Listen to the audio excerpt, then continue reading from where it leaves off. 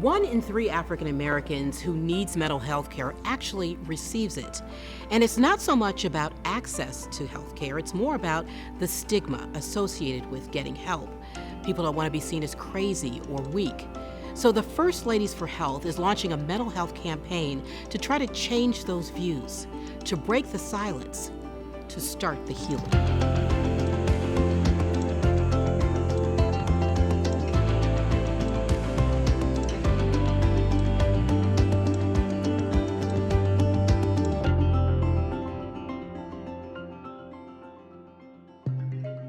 The healing for Rochelle Prater took 8 years.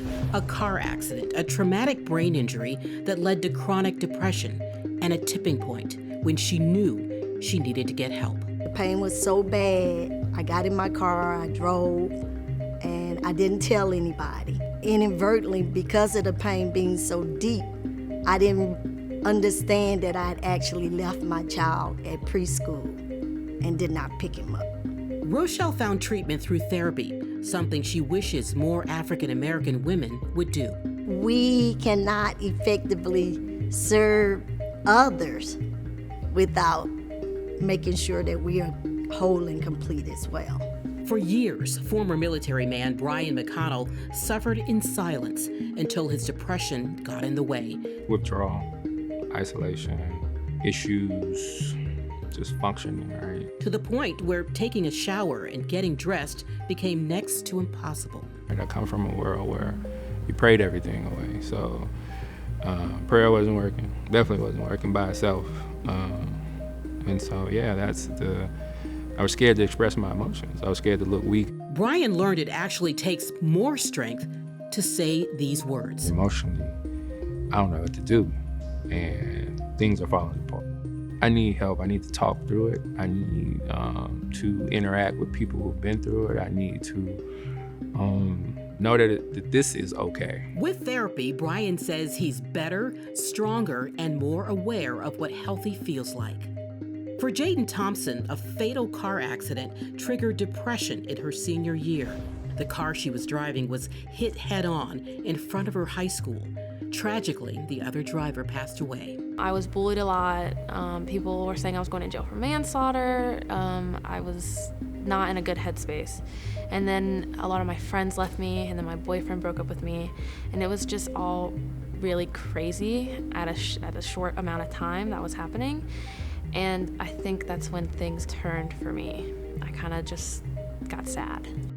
Jaden was later diagnosed with bipolar disorder.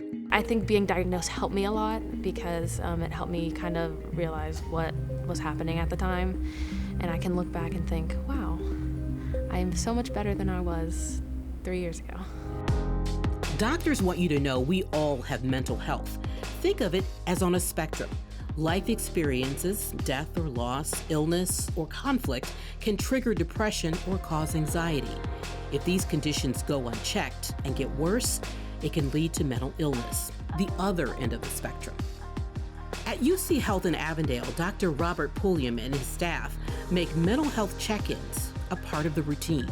It's just as standard as, getting your blood drawn to check your cholesterol. Us incorporating it into a regular exam is just a screening, just like everything else. I think it makes it easier for people to talk about it. Talking about it is an important first step.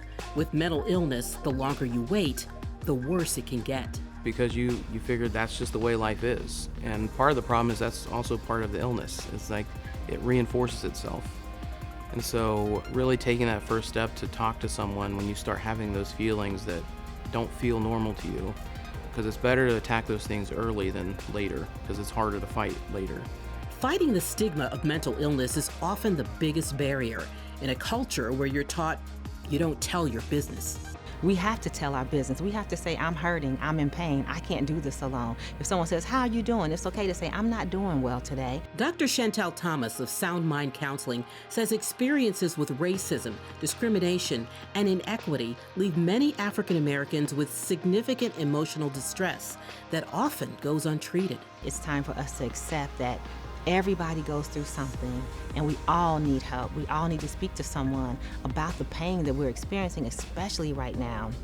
We have so many things happening in the world, and it also trickles down to our homes. It trickles down to our parents, our grandparents, our children, and they are carrying this pain and this hurt as well. According to Dr. Angela Scott of Cincinnati Children's, an increasing number of kids, about 1 in 6, are dealing with mental illness. The key is early intervention.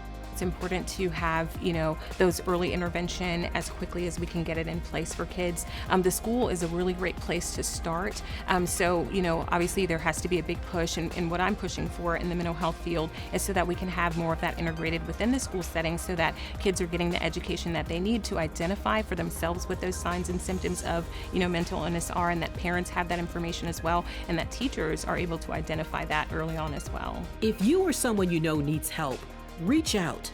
Break the silence to start the healing. Rochelle, Brian, and Jaden remind us that the strong survive because they speak up and refuse to give up.